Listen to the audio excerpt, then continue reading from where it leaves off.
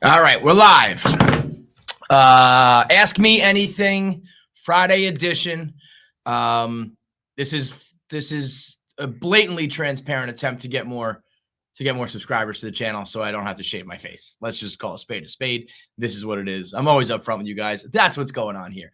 It's the Blade Bet for KFC Radio. Me and John both try to get subscribers for our YouTube channel. Whoever gets the fewest people has to shave their face. Now, a lot of people are saying John has more on the line than I do. That just is because he has more of a beard. If you think about it, he's uglier with his beard. So he kind of, oh no, I lost. Let me shave this monstrosity off of my face. And he actually ends up looking better. I, on the other hand, just have the scruff designed to make me not look fat. So I have more on the line because I get uglier. John, I think, actually gets better looking, although I guess we don't know what's underneath that orange monstrosity of his. So we're trying to do more stuff. I'm trying to do more stuff on the YouTube channel to get the subscribers up during my week. I have control of this until March 7th, and then he takes over. So we're doing some extra content, and a little Ask Me Anything usually gets the fans going. So for the next hour, Ask Me Anything, and then we roll right into Friday Night Pints. So if you're sitting at your desk right now, I got you covered for the next, 2.5 hours, 2 hours, because they got me here for an hour, and then Pints is featuring Shane Gillis, Tommy Pope, and Chris O'Connor, and everybody just got shit-faced. And we were talking about, Lord knows what, man. Gillis, we just kidnapped Gillis yesterday, got him, or 2 days ago, and just got him drunk the whole time and made him do all of our content. Okay, let's get into it. If you want to leave a question, subscribe. That's the way this works. All you got to do is log in with your Gmail and click subscribe, and you will be a part of the squad here, where you get all the videos pushed to your phone. You never miss anything we upload, yada, yada, yada, yada. Let's go. Let's see. Devin asks, can anyone confirm that Vitalberg actually does have an apartment and doesn't live under an overpass? See, this is what I'm talking about. This is what Vitalberg does. I may have invented Mail Time, the show, but Vitalberg probably lives it to the max because he intentionally grows this ridiculous beard. He pukes all over the place. He basically makes everyone who encounters him think that he's a troll living under a bridge. So when you meet him and he's not, and he's actually a semi-functioning human, it's actually a win for him. So while all these years I was talking about put the bar on the ground, have no expectations, I've been talking about it. Fights is living it to the max, walking around in his big old corduroys with his ridiculous handlebar mustache and his oddly long but see-through beard. Waking up with melted chocolate bars in his bed. People think that he's a hobo. And so when they see him on stage, come on out to our live shows. We got tickets on sale now. When they see him on the streets, at the bar, whatever, they're like, oh, wait a minute. This is actually like a real functioning human. So touche, Vitalberg. I also don't know what we have in store. Fights is going to do some crazy shit, I think, to get subscribers. I think like he'll finally just off himself on camera. That'll be his final. I'll have to shave my face and he'll be dead. How Irish are my parents and grandparents? I don't know. I don't really care. I'm American, baby. I don't get these people who get very, I'm Italian or I'm Irish. It's like, if you're from those places, fine. But otherwise, the rest of us are all just fucking mutts and immigrants here in America. I'm from New York, man. My dad did 23andMe, whatever that one is called, whatever that thing is, Ancestry 23andMe. And we actually found out we were more German than we thought. Like, I thought we thought we were like very, very Irish with a hint of German. And I think it's more like 50-50. Also found out that I've got one relative from China. So I am Asian. Suck on that. I think I had one person from Africa and one person from China. I have a Chinese relative. So now I get to make all the jokes I want. How about that, motherfuckers? But yeah, I'm not all into that. I mean, like on St. Patrick's Day coming up, we go hard. Used to go hard. Everybody's Irish that day. That's when I would get out my bet. I tried at one point. I tried to be Irish at one point. Like I remember I got like a Notre Dame jersey back when like Carlisle Holiday was the quarterback, and like I tried to kind of be more of like an Irish guy, and I was like, this is fucking stupid. I think it's because I was surrounded by Guidos for a long time, from like 7th grade through high school. It was just all the wops. They were all these Guidos with their fucking blowout haircuts and their chains and their wife beaters and their tans. And I was like, well, fuck these guys. And I was like, I'm going to be Irish. Like, I thought it was like in The Departed or something. No, dude, you're nothing. You're just a mutt. Why did y'all have to change This Is the Greatest Show when PMT got TV? So we were told that, and I was waiting for this day because on every other platform, you can't use music. If you tweet out a music video, if you post music on Instagram, your video gets taken down. And I was waiting for the day that podcast did the same thing. And we were told that they were finally making that switch, and that technically that there was a chance that any episodes using copywritten music could be taken down. So I don't want to run that risk. There might be something with like publishing dates. This Is the Greatest Show is a lot more recent. Electric Avenue, because you know how like all those commercials have shows have songs that are like 30 or 40 years old. I feel like I heard that's because of like there's a certain time that elapses and then you're allowed to use music. Anyway, we didn't like have to, but I was like, I do not want to run the risk of having like all of our backlog get taken down, particularly because KFC Radio is an evergreen show. Like a lot of other shows that are up to date, current events, topical. People listen to the episode for like, a few days, a week, and then you move on. People go back and listen to KFC Radio episodes all the time. People are like, I get tweets and comments about like, 2014 episodes. So I didn't want to have all of a sudden like thousands of episodes get ripped down for 10 seconds in the beginning where we play This Is the Greatest Show. But come on out to the live shows where we blast that shit to start things off. Right now, the KFC Radio Spring and Summer Tour is on sale. We're going to Boston first. March 18th, our first show at the Wilbur is sold out. There's a couple hundred extra tickets for the second show still available. So, Boston, show me what you got. We're going to be there St. Patrick's Day weekend. We're going to kick things off. That's when we're Irish. That's when I'll come through with my scally cap. We're going to have bagpipers. We're going to go the full 9. So, get your tickets. What's the link? What's the link for tickets? It's at thewilbur.com, but it's in all of our bios. Okay, go to all of our bios. There's a link tree that has all the tickets. Zanies in Nashville, as of last night, there was 3 tickets left. So go right now if you're in Nashville for the Comedy Festival and you want to see us on April 21st. Then the big announcement yesterday, the pre-sale for Philly is live right now. We're going to be at the Fillmore May 19th. I think it's officially live now. Oh, full live? Okay. So you don't even need the code KFC anymore. We are fully live. So Philly, go. And if we sell that out, we'll add a second show. And then Chicago, TBD. We'll announce that soon. We're coming in June. But go to all of our either Twitter or Instagram social media. You'll see in our bio, there's the link for tickets. Yeah, this is the same reason I've had a beard since high school. Man, there's a moment in your life as a guy where you realize 2 things. 1, that you have a fat neck. And 2, the way you cover that fat neck is with some scruff. And it's like beards and like 5 o'clock shadows for guys is almost like a push-up bra for chicks, where it's like you learn this trick and it just makes everything better. And you don't want to go without it after like once you go scruff, you can't go back. So subscribe and tell your friends. I got like shit on the line. I got weddings coming up. I got people telling me like, I had girls here being like, do not do it. And I was kind of like, well, thank you for the support. But also that means like, you think I'm really fucking ugly without it, huh? So that didn't feel that good. Let's see. Let's get the questions flowing here. Thoughts on Kirk walking away after the Wilbur? That's what I heard on the Kevin Clancy show this week. And I asked Kirk about it. He said after his Wilbur show that he's done with the Kirk Minahan show, that he'll still do the case.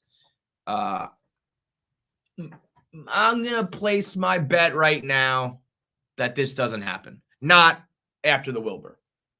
Soon, I think he'll be done. Because honestly, this shit is just Groundhog Day at some point, especially a guy like him who's been doing radio and podcasting now for what, 20, 30 years? I don't know how long he's been doing it.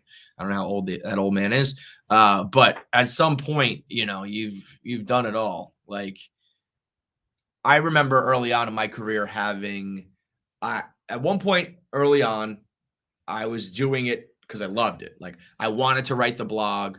I wanted to do the podcast. I wanted to record storyboards because I wanted to make the content and have like a piece of like a project that I made. It was almost like being an artist where like you want to paint a picture or make a sculpture or whatever. It's like you're doing it because you want to have the final product done in the end. And then when that starts to like fade a little bit, I wanted to do it for like pride reasons. It's like, I want to have the #1 show. I want to have the most listeners. I want to have the most followers. I want to have the best guests. And yeah, it's about putting out like that product. And I want to be like, this episode is fucking awesome. And I can like rest my head at night knowing that. But it's also like, I want to just, now it's like, I want to be at the top of my industry. I want to make the most money I can. And that's what's driving you. I can imagine when I'm his age, I could see like financially set, record and resume speaks for itself. What am I, still doing here when it's like the same conversations and the same bullshit and the same stress and haters and all that. So I do think he's coming to an end for that like version of content, like a daily podcast, especially, once he left EEI and now he's kind of had a revolving door of co-hosts / producers. I don't think there's as much incentive for him to stick around. But I don't think he'll be done after the Wilbur. I think that was more just kind of talking out of his ass and spur of the moment sort of thing. But I bet what's next for him, I feel like he'll, stop doing, daily podcast radio type shit and come up with more stuff like The Case and I don't know, maybe produce some shit or do some more, not as much daily on the fly content. When John loses, you should only shave the left side of his face. That's up to him, man. I am doing this for me to not be ugly. I don't really care about Vitalberg's face. He's gonna be ugly no matter what. So he can do whatever he wants. I just don't want to have to shave my face. Friday Night Pints at noon. Yeah. Oh my God. Yeah. You're the first fucking person to say that.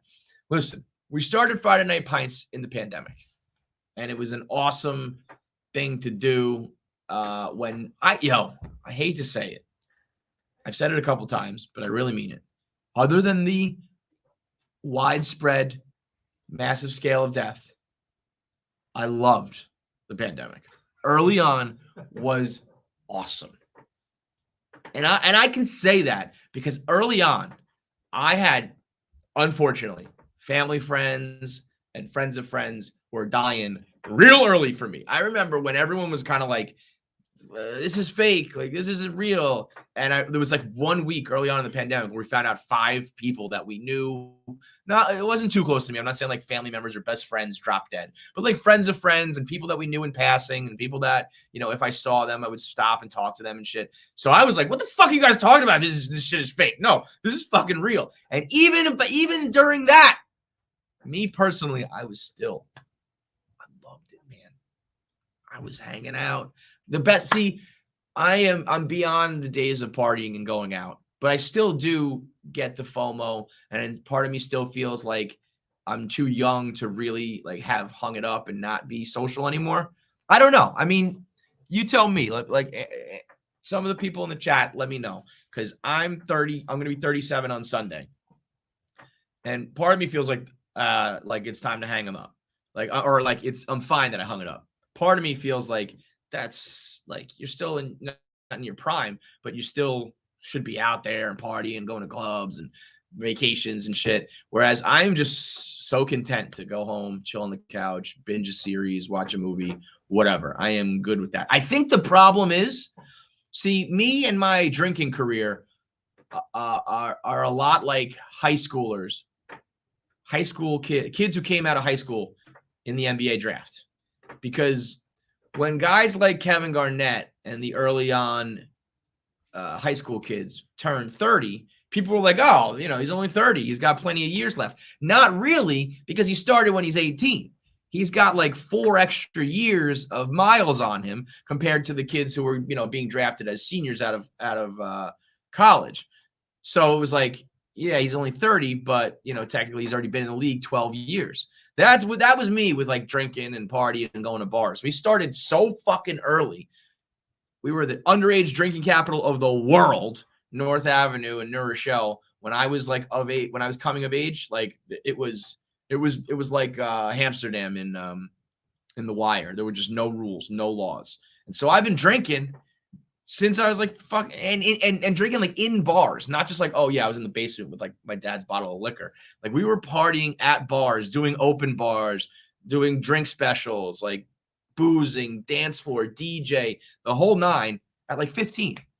So by the time I was like 30, I was like, I've been doing this for a long time. 35, it's like, yeah, man, I'm ready to hang them up. Anyway, I don't remember what the question was. Friday night pints at noon. Pandemic. So we started during the pandemic when people didn't have anything to do or anywhere to go. And my point was that so even though I've hung them up, I still feel like, oh man, that person's out there having fun. And that person, that looked cool. They're traveling. They're doing this. They're doing that. With the pandemic, there was none of that. There was no pressure from anybody to do anything. There was no missing out because everybody was in the same boat. So we started doing extra content in the form of social distancing, which was still some of the best content ever. I loved that game show. That was awesome. Every night at 7:00, instead of like watching baseball or whatever sports you had on, people were tuning into our game show. And then we had Friday Night Pints, which began as an actual live stream Friday evening to start drinking. So everybody, we were drinking Pink Whitney and doing shots and sipping on whatever for an hour on Zoom. Then when we came back to the office, it became like a real show.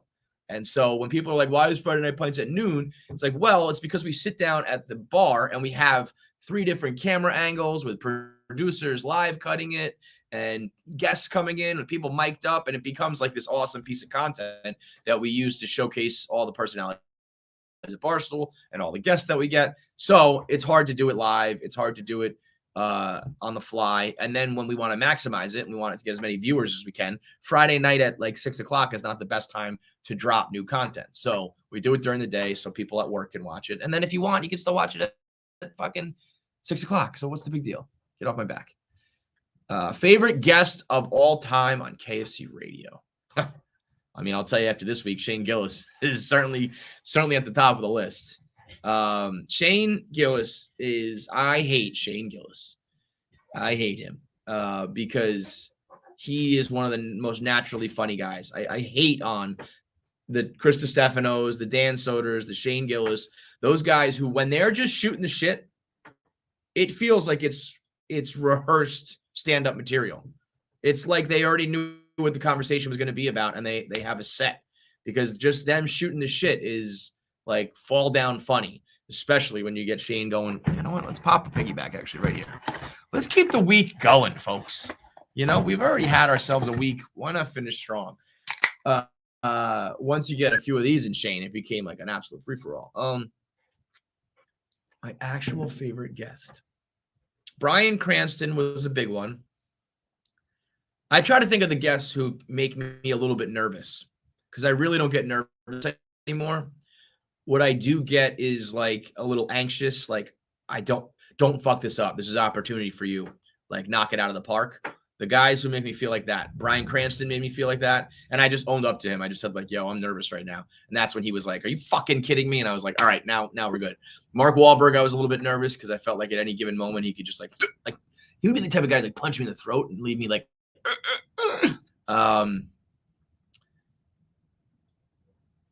it's funny because so much of our best guests are comics who I got to know and listen to, and you start to feel like you know them. So by the time they came in here, it was all good.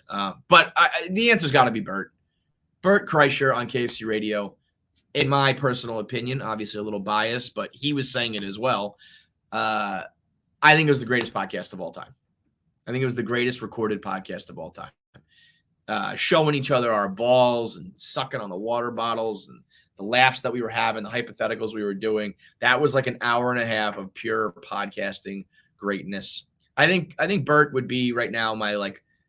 I always try to think about like my top 5 if I was drafting, if I was making my own production company, or if I was just doing a fictional draft of top personalities. I think Bert might be my number one. Not to say that that necessarily means he's the funniest or most talented, but for this game, when it comes to being creative, coming up with content, asking thought-provoking questions, being a great storyteller, knowing how to promote all that shit. I mean, he's a 5-tool player. Mickey Mantle Gene for sure. Do I have pen shares? I do. I have small amount of pen shares. I have like not life-changing money. Like last year sucks. Last year. So my pen shares vest every year on my birthday, which is pretty. So March 6th is like the execution date or whatever you call it. So every year, that's a nice little present. So last year was the first time it happened, and Penn was at like, $1.30 or whatever the fuck it was. It was crazy. And at that point, I was in like desperate need of money. And so when that vested, I just cashed that out. And it was like, I don't know, it's like a 30 grand bonus or something like that. This year, obviously, the stock's in a different position, so it won't be big money like that. But that's the type of cash I'm talking about. It's not. Dan and Dave, I think, have rich people amount of shares. I didn't get that from Penn. Should have been a gambler. Does it count if you subscribe and unsubscribe and subscribe again? Nick's shaking his head. No, I think it does. So I say do it. Because at the very least, he's just counting totals, so it won't count. But I think it'll, the PMT effect that they did with the podcast, I think it'll get the algorithm cooking. I think if all of a sudden there's a bunch of subscriptions, even if you unsubscribe, the fact that new subscriptions are coming in, I think, the little YouTube robots will like perk up over that. You'll notice the unsubscriptions too, though. Yeah, but I think as long as there's activity, I think it's just about volatility. I don't know for sure, but give it a try. Also, tell your friends, and if you have multiple accounts, like multiple email accounts, sign up. Check the new merch coming. We got the Moon Man, and we're rolling out Moon Dog and Moon Cat. So this is like, I don't know if you can see it. It's kind of got this like glistening, shiny thing. That's a very cool material. I have to decide between this and shirts that legitimately glow in the dark. Like if I were to turn this off, it would glow a little bit. I went with this because I think this is better in the light. And how often are you really gonna like have your shirt glow in the dark? But we've got the Moon Man, logo has been a smash hit merch-wise, but we're gonna have Moon Dog and Moon Cat coming next. So if you're an animal lover, get ready. Oh yeah, Riley. What's up, Riley?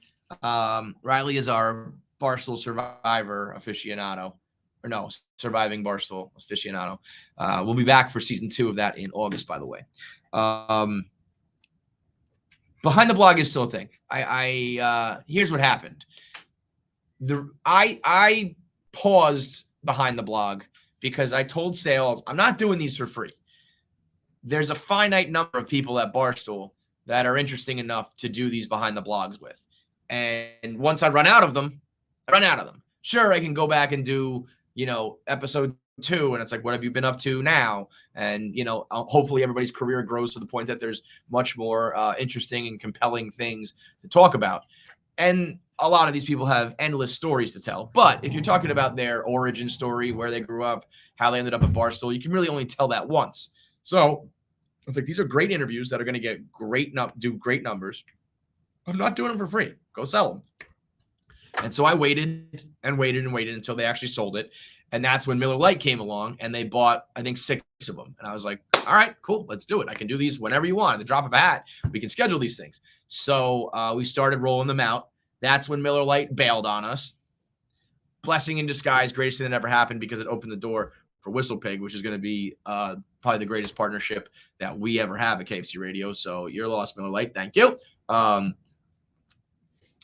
And then once that happened, I was like, all right, can we slide in Whistle Pig or somebody else to do behind the blog? And that kind of takes some more time to do it. So we're kind of waiting on like an official sponsor for that.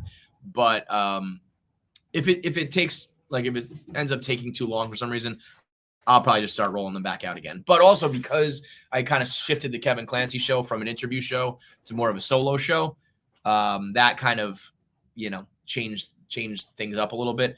The thing about the Kevin Clancy show, and I think it makes, sometimes sales gets mad at me. I could even see some fans getting mad sometimes.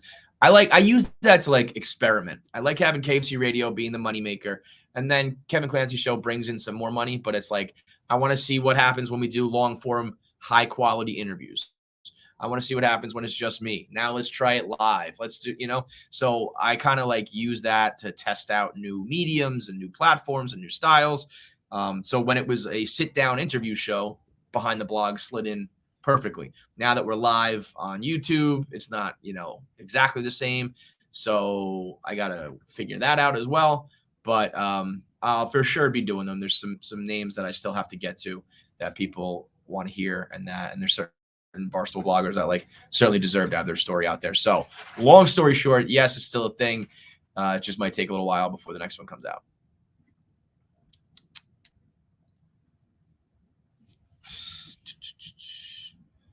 How much do you hate Rob Manfred?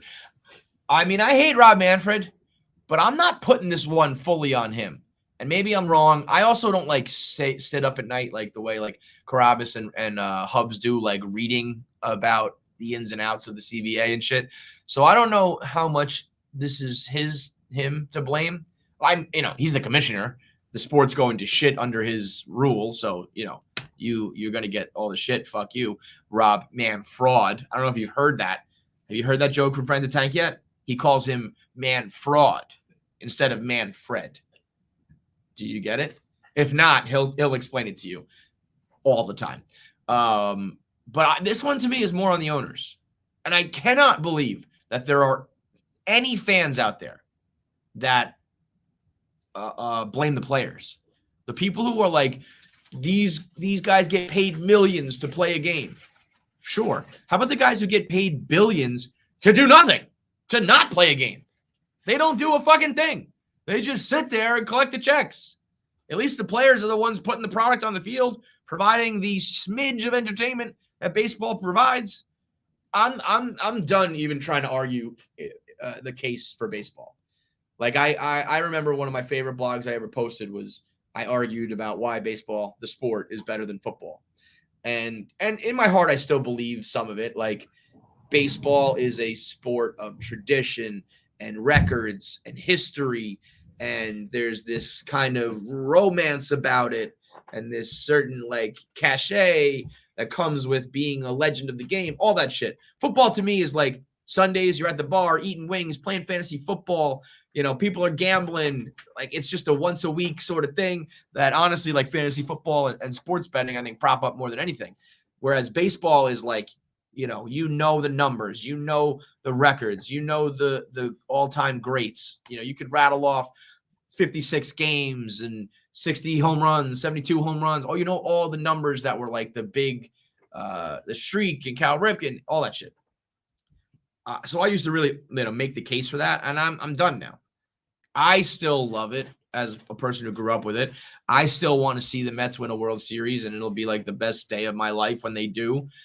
But I give up trying to convince other people. I used to make the argument, be like, you're crazy. What about this? And what about that? And trying to give out, it's a game of strategy and there's no clock and it's the dramatics and there's nothing quite like, you versus him and what's coming and blah, blah, blah. I can't do it anymore because the game sucks. 25 strikeouts a game. They're trying to boost offense, but they do it in the worst way. The juicing balls, deadened balls, the shift, all of it makes for a terrible product.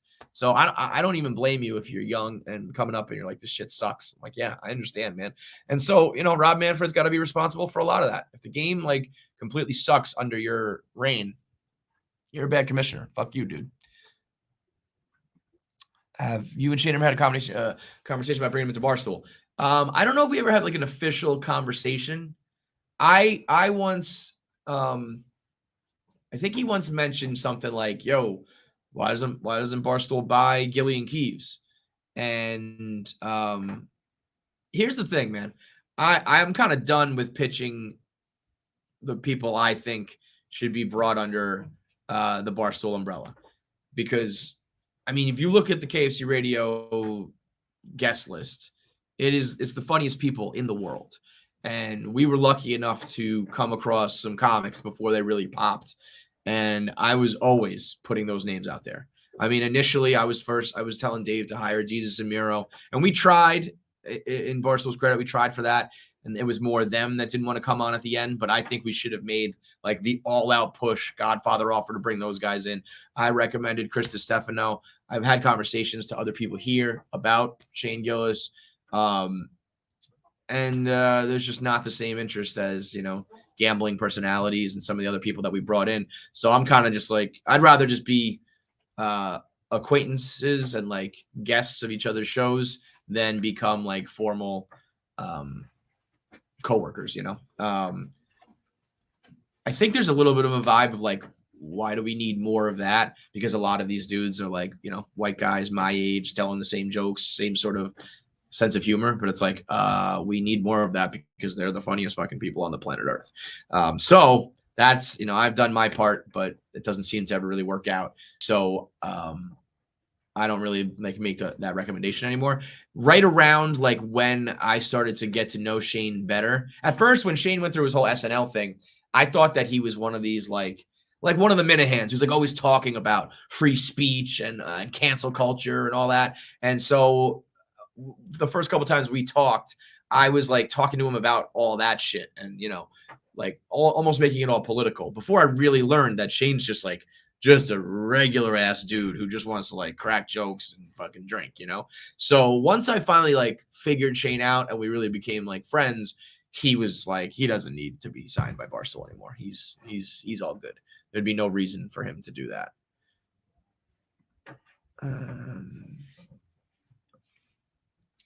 What's your favorite Big Cat and Fights moment of early KFC? Mine is microwaving the baby.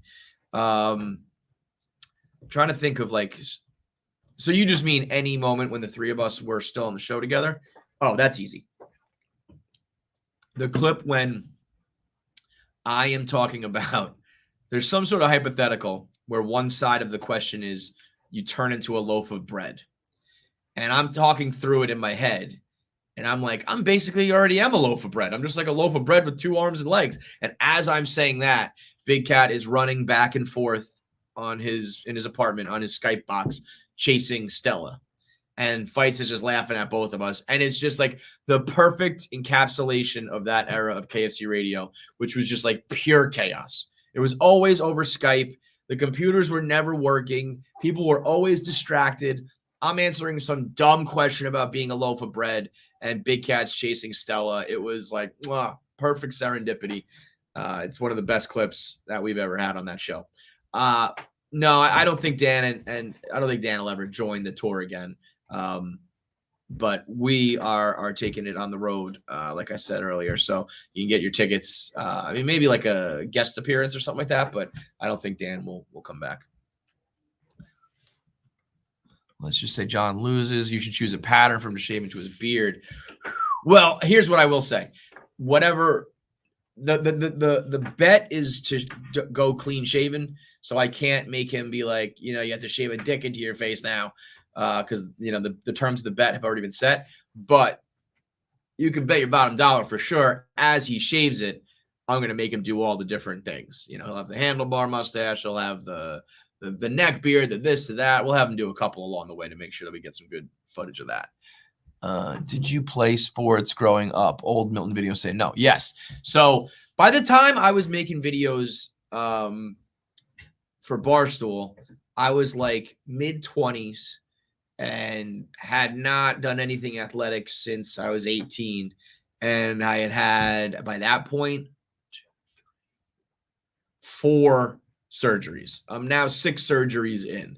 So I had 3 shoulder surgeries, a neck surgery here. You can see the scar a little bit right there, and 2 on my lower back. So I hung up the athletics. I hung up the cleats a long time ago.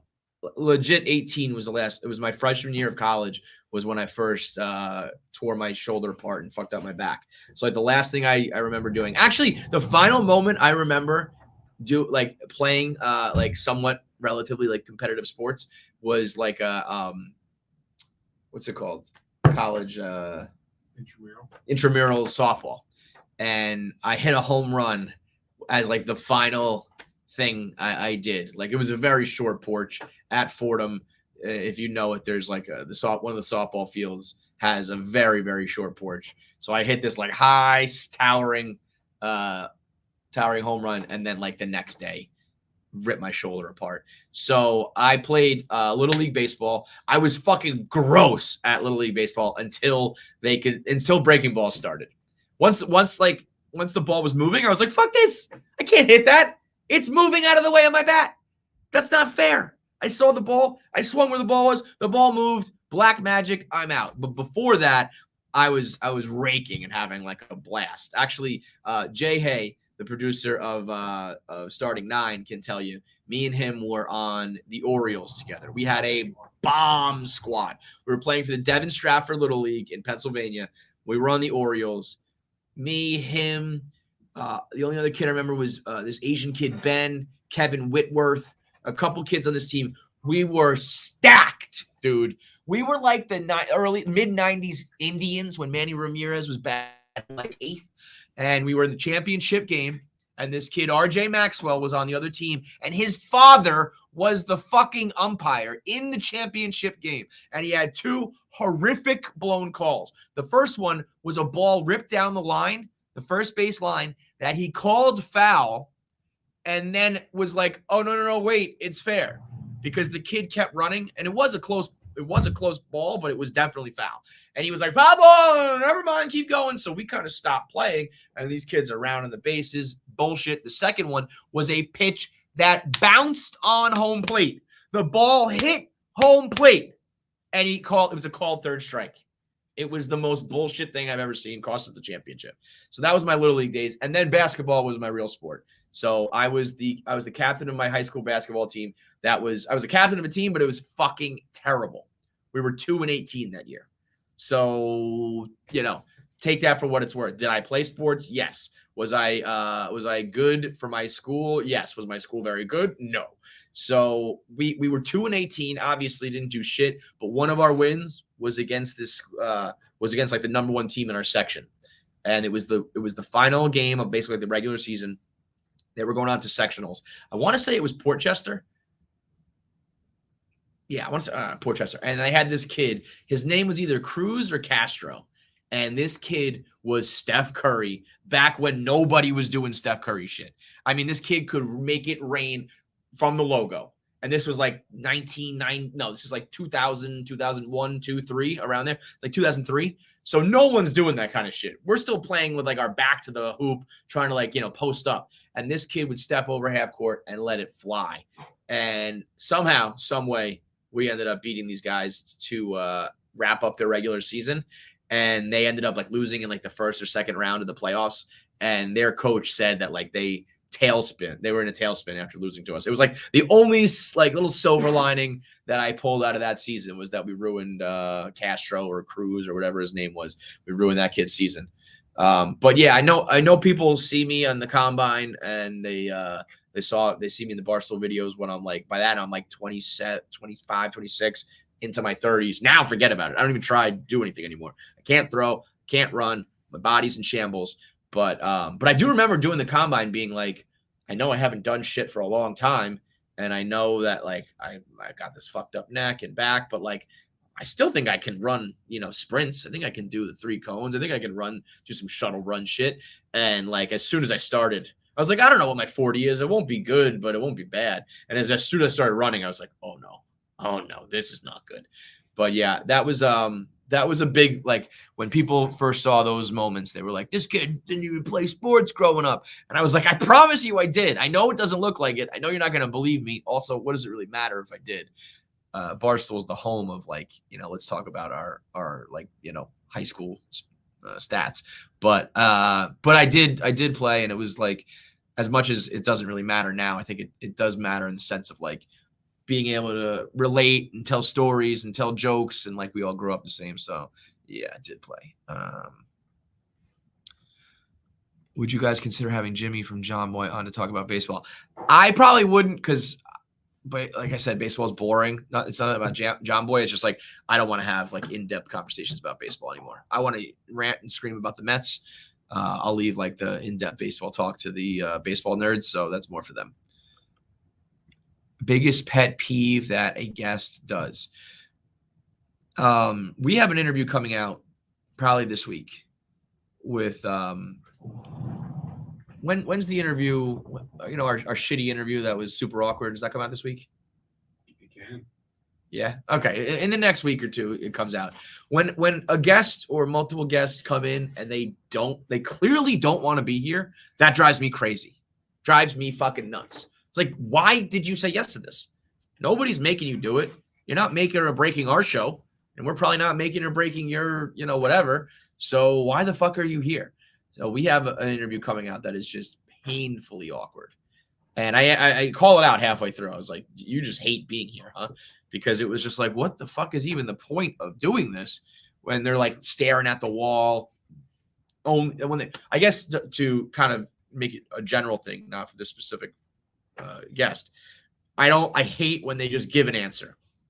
And that's partially on the interviewer to not ask questions that are just like question, answer. But, the whole point here is to come and talk a little bit and showcase your skills and your humor and your comedy. So like use the questions and what we say as a prompt to go and, be entertaining. And when they're just like, yes, no, maybe, no, I don't like that. I do like that. That's funny. It's like, what the fuck is even the point of being here? So I guess just when they don't reciprocate anything back at all, it's like, why even bother, man? Jonathan, I see your question. I'm going to save it for, you know what? I'll get the conversation started, though. We're going to do this officially on KFC Radio because I've seen this one floating around social media a lot. What are there more of the world? What are there more of in the world? Doors or wheels? This is a lot like the chairs or trees or porn stars or murderers. So doors or wheels. Get the Stoolie universe. Get the chicken heads thinking about it, talking about it. Me and John will officially do it on the Tuesday episode of KFC Radio this week. That's another like, you really got to think it through. You got to think about all the bicycles. You got to think about all the cars. You got to think about all of the toys. You got to think about all of the machinery that has wheels and gears and shit. There's a lot of doors, but I think I'm leaning towards wheels. We'll talk more about it this week, though. Do you take anything Kirk says about you personal? I don't know what he's been saying about me. I guess it fucking depends on what he's saying. But I don't know what he's saying.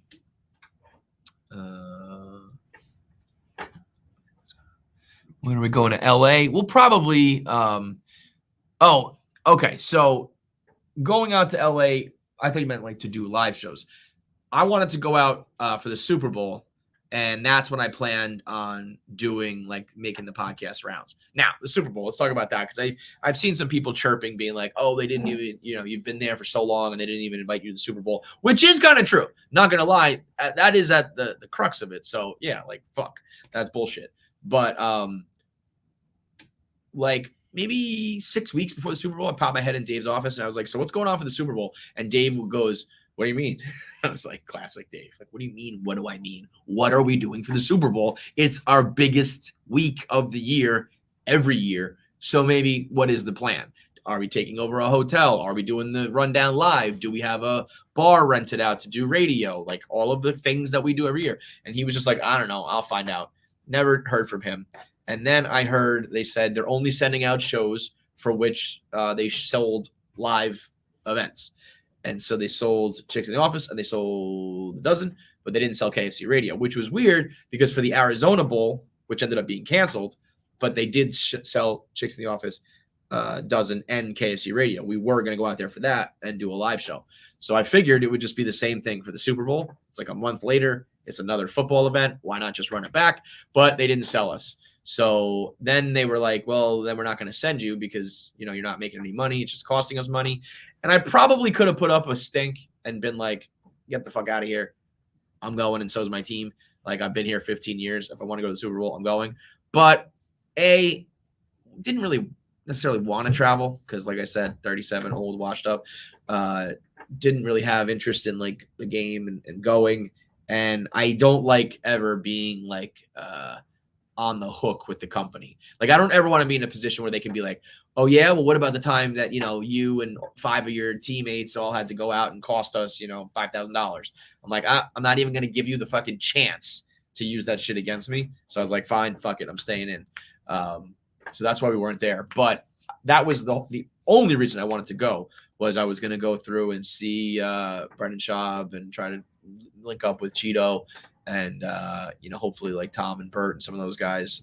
But never happened. So I got to plan a different LA trip to get out there. But before I do that, I want to talk to all those guys out there and make sure I have, 4, 5, 6 of them ready to go before I head out there. So it's coming, I would say, this summer, within, the next 6 months. Is Miss Crawley the most underrated character in history? Shout out to Sing and Sing 2. Shout out to all my parents who now can officially just buy Sing 2. You want to talk about the most criminal thing that's going on, that was happening this year? You want to talk about the most criminal thing that's happened in this world for the last, forget about all the racism, forget about all the hate and the violence and the war, all of that. Having Sing 2 be on sale, be available for rent, just rent, 48 hours, $25. $25 to rent it, dude. Not to buy. Usually it's like, $5 to rent, $19.99 to buy, right? Sing 2 immediately, when it dropped in theaters, was also available on demand, but it was only to rent, and it was $25. Do you know how many times I had to rent Sing 2 in the last few months? I probably spent $500. I probably rented that movie 20 times, renting it at my house, at their mom's house, at my grandma's house. And it was just available for 2 days. And then they'd be like, we want to watch Sing 2 again. I'd be like, well, it's fucking $25, kids. So now it's finally available for 20. So I just bought it for another 20. So now I probably spent $520, and I can stop spending money every goddamn minute on Sing 2. That being said, the movies, both of them, are absolutely fire. I don't actually really care for Miss Crawley. She's funny. The eye thing is funny. My favorite character is Gunther. Yeah, Gunther. Yeah, you have to have energy. Yeah, you have to do dance. Yeah. Easy question here from Ross. Are Italians the worst? Yeah.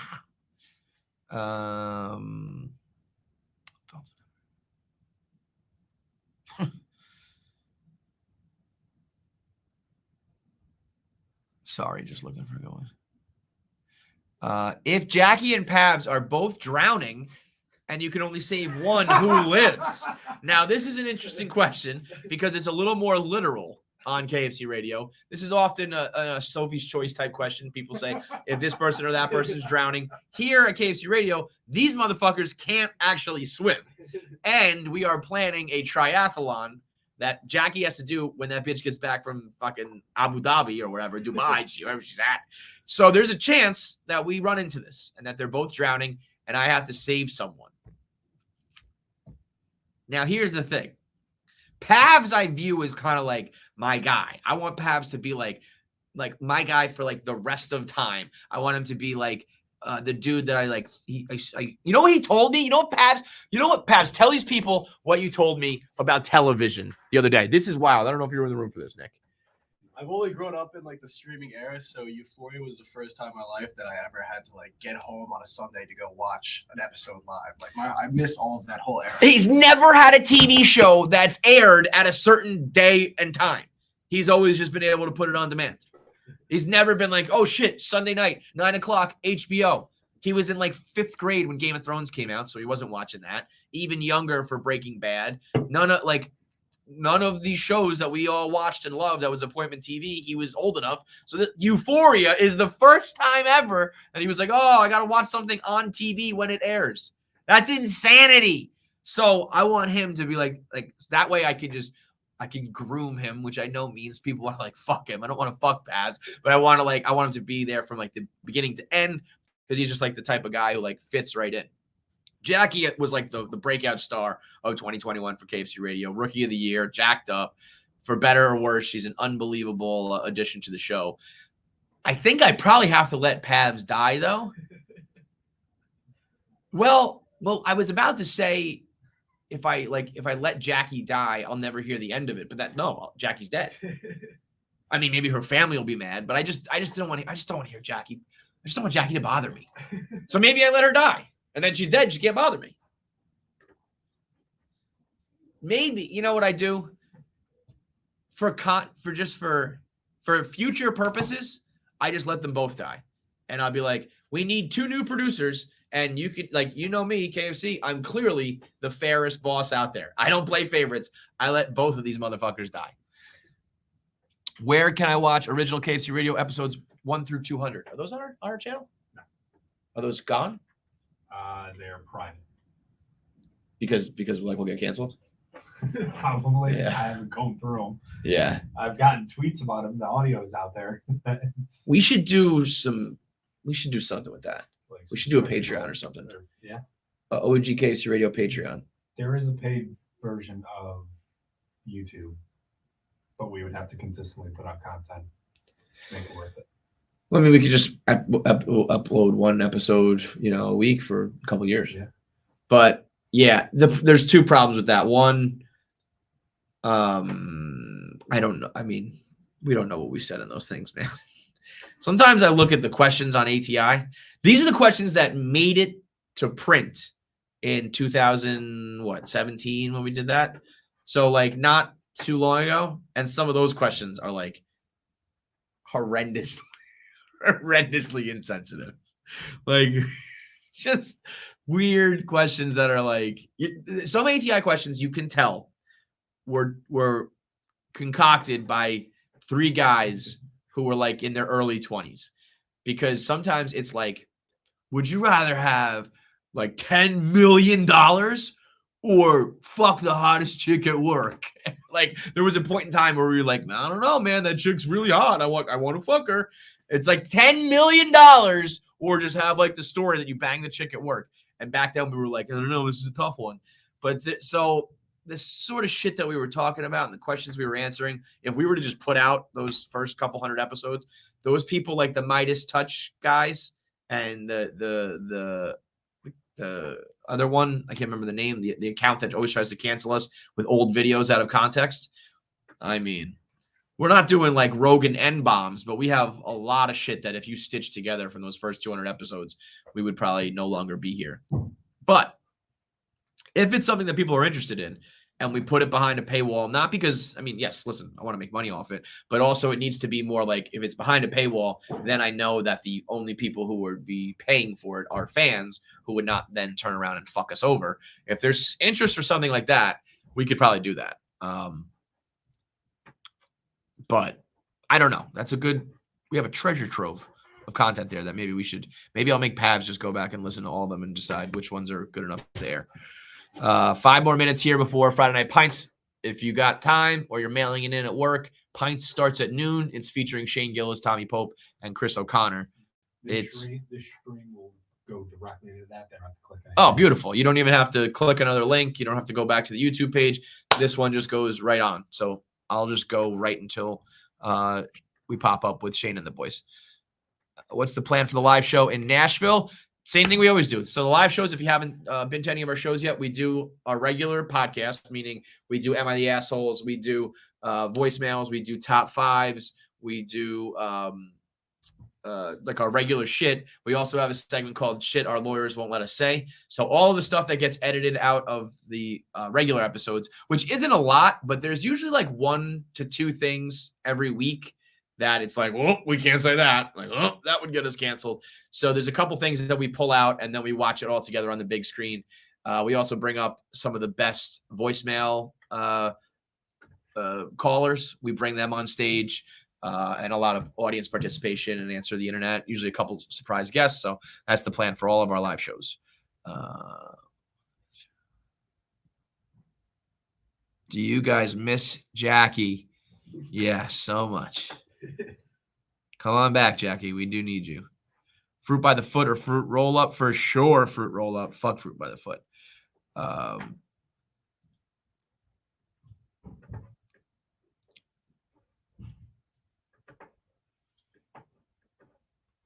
Most overrated Barstool employee.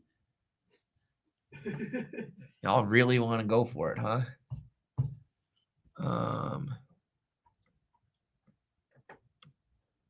I mean, it's Vitalberg, obviously.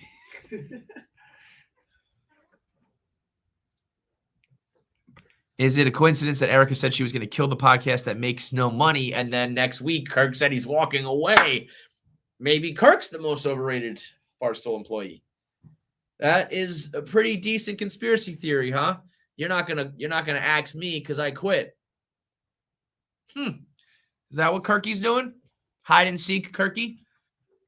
Not making any money, so you just run away from the big bad wolf so she can't cancel you? Makes you think. How do you train yourself to become comfortable on air? I just talked and talked and talked and talked for 15 years. Honestly, that's really it. I just did so many shows, so many hours every week, always committed to it, never missed a week. And eventually you don't get nervous anymore. You just end up talking. It's just about repetition. Chicago will be there in June. What can we expect in Boston? Like I said, we're getting bagpipes out. Maybe a couple Boston people will show up. It's St. Patrick's Day weekend, sold out at the Wilbur. So it's the first time we've been back since our final episodes with Big Cat. So we are going to do it big. So please, actually, Boston, I'm going to wrap up on this note. There is, I think, like I said, 400 more tickets for the second show in Boston.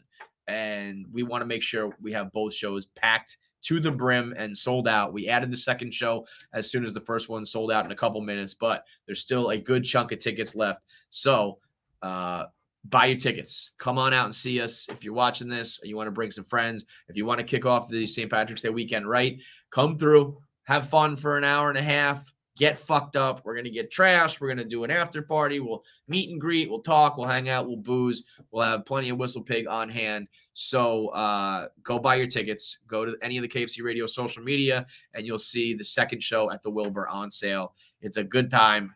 Irish, not Irish, whatever. City of Boston is going to be rocking that weekend. We'll have college basketball. We'll have all the St. Patrick's Day shenanigans and KFC Radio in town. So let's make sure that's the biggest weekend we've ever had as a live podcast, and everybody else check it out as well. But we want to make sure that Wilbur show is packed to the brim. I want you hanging from the rafters. So go buy your tickets now. Friday Night Pints is coming up, right? Right now, pretty much, with Shane Gillis, Tommy Pope, and Chris O'Connor, brought to you by Sling TV. Subscribe. Tell your friends. Everybody subscribe to the KFC Radio YouTube. All you need is a Gmail login. Use that information to log in so I don't have to shave my beautiful face. I'll be doing this next week as long as I'm under control. So we'll see you guys then. Hit that end in the upper right.